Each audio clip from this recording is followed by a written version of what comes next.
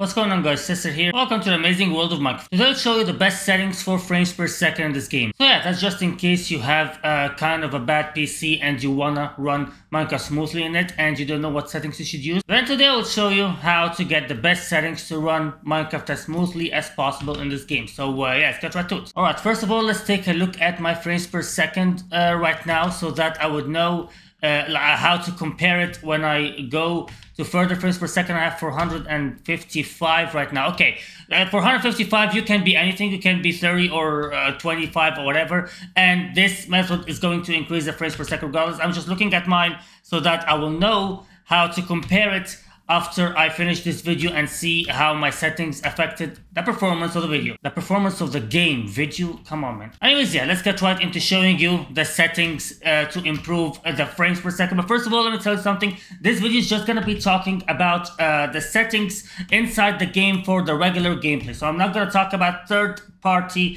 optimization programs or whatever. However, if you want to know what these third-party optimization programs are, I could show them to you real quick. So this is the first one. It's called Sodium mod 1.19.42 whatever, and this actually is a mod that improves the frame rate, so you can use that. And this is the second optimization program or mod or whatever you want to call it. It's called Optifine. Also, you can download it here. So I'm gonna put a link to both of these mods in the description below so that you can download them. These programs are going to improve your performance in game. Now let's get right to the best settings you could possibly use inside the game to improve the performance. So if you pause the game and go to options, then go to video settings, you'll find a bunch of options here. Now starting with the resolution, obviously the less you go with the resolution, the better the performance is gonna be. However, here's an advice: always go with the widescreen resolutions. So 4K works, 1440p works, 1080p and 720p. Now if you want my advice, if you're using a low-end laptop, go for 720p. 60 frames per second. Don't go with the one that's 59, that's just an illusion.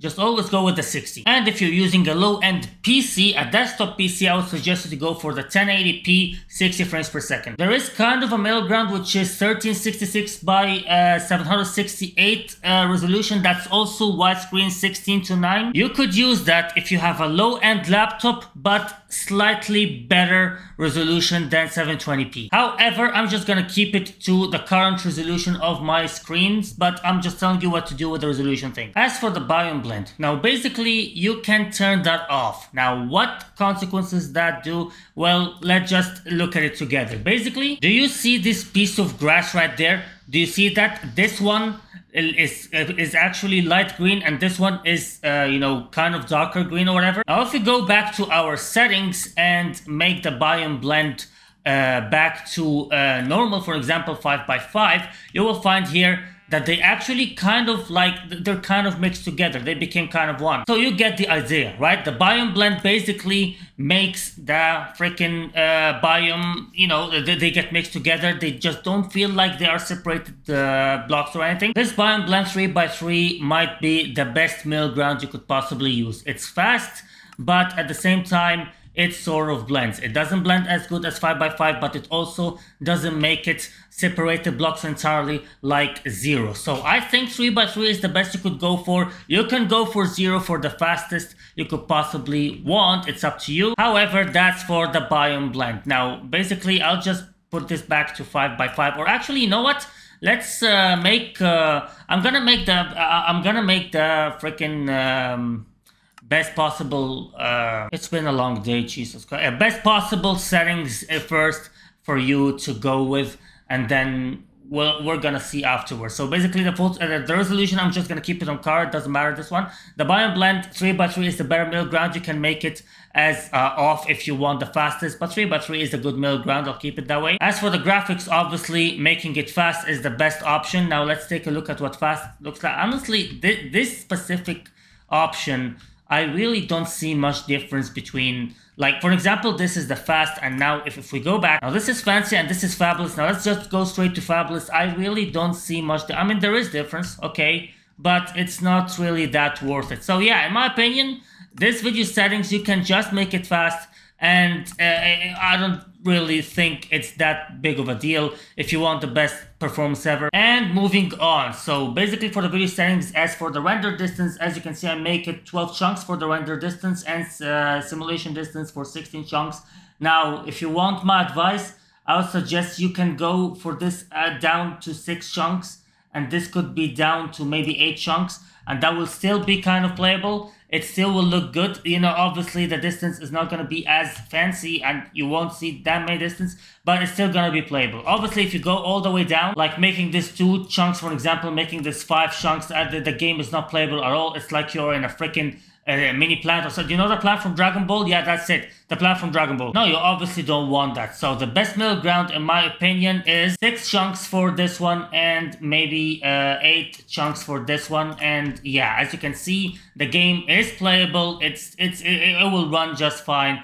And at the same time, yeah, you know, it still does look like Dragon Ball Planet, to be honest. That makes it more interesting. Now you are actually living on a mini planet. Hooray! Okay, moving on. So, as for the smooth lighting, you can make it on or off. I would suggest you to just turn it off. It doesn't really matter. VSync, keep it off. By the way, I hate VSync in all the video games, not just this one. I really hate VSync. I just keep this off and everything. I don't like VSync. I don't want to sync my freaking frames per second. Basically, what it does is that it synchronizes the frames per second of the game with the refresh rate of your screen. It's supposed to do that to prevent the screen tearing, but however, if your screen doesn't tear, which I seriously doubt it does with the Minecraft, I don't think it does with Minecraft, but if it does, turn it on, fine. But I've always hated it. I always felt that, you know, the tearing of the screen is more bearable than turning this on, honestly. However, if you have a high-end PC, it won't matter. Just turn it on. I mean, I'm complaining about this because it actually bothered me when I had a low-end laptop. So yeah, if you have a low-end laptop and use that, it might cause you some trouble. Okay, moving on, GUI scale has nothing to do with anything about the frames per second. It's just the scale of the freaking whatever that is, you know, it just scales your stuff. And yeah, just keep it on auto. And how many numbers are there? Just keep it on auto, and it has nothing to do with the frames per second. View bobbing. Well, actually what view bobbing does is, let me show you. If you make this off for an example and go down there, as you can see, as I'm walking, your hand is not dancing. You know, your hand actually kind of dances when you walk regularly. Now your hand is not dancing at all. You're just walking straight forward. Now if you go back to the video settings and make the view bobbing on and then go back, your hand is dancing again. Now I actually like to keep it on, to be completely honest with you. So yeah, it's up to the personal preference. However, if you turn it off, it will increase the frames per second a little bit. I haven't talked about the max frame rate. I do not want you to limit it, okay? Make it unlimited. So yeah, that's that. There is no reason to limit it, to be completely honest. So yeah, make it unlimited, and that's that. The attack indicator has nothing to do with the FPS. So yeah, just leave it on. Clouds fancy, obviously, if you turn the clouds off, it's the best for frames per second. And you can make it fast, which is gonna make it look like this, just regular shapes. And if you make it fancy, it will turn into 3D shape, but you just have to go a little bit closer to see the 3D shape and stuff. However, yeah, obviously turning them off is the best option for frames per second. Now, moving on. Okay, as for the particles, it's basically, you know, when an explosion happens and there are parts that are exploding all over the place, or when the rain falls, this is what the particles are. Now, basically, it's actually set to all. You can make it decrease, you can make it to minimum. That's the absolute minimum you can do. You can't go less than that. You can't turn it off, obviously, because if there's an explosion, things need to be scattered all over a place. If there is rain, you need to see the rain, obviously, so you cannot turn it off. But minimal is the absolute minimum you can make it. As for the entity shadows, well, let me show you something real quick. So basically, as you can see right here, I have a shadow right below me. Now, if I turn this off, entity shadows off, and ta-da, no shadow anymore. So yeah, that's what it does. And yes, it does increase the frames per second. As for the entity distance, it's basically how the entities or the other animals or whatever are animated and work, and you can see them, you know, moving or whatever from a distance. And I'm actually kind of surprised that this is kind of low in my settings. It's supposed to be at 200% or something. Obviously, if you go down to 50%, that's the best for frames per second. However, I wanna be able to see the animals move from a distance, so I'll make it to 100%. But yeah, making this to 50% is the best. A middle ground would be 100%, so yeah, 100% is good middle ground for the entity distance. And yeah, moving on. Alright, the rest of the stuff will not really affect, you know, the frames per second much. Autosave indicator doesn't really do much. Minimap level is just something for the minimap. So yeah, the rest of the things, just keep them the way they are. So basically, guys, these are the best settings you could use for better frames per second in this game. So you can simply just copy these right away to make it easier for you. Now let's take a look at my frames per second. Okay, 1000, and it's okay. okay, now it's actually 600 and 800, and yeah, that's basically what it's going around now. 720 or something, 600, 700. That's pretty cool. And the world doesn't look so bad. As a matter of fact, I don't really see much difference between the world now and the world when I start the game. Obviously, in the beginning, it looked better, but the difference is barely noticeable. I wouldn't notice that there's something wrong with the game. Anyways, yeah, that's basically all about the best settings for frames per second in this game. And yeah, that's basically all. Thanks for watching, guys. Later. Bye.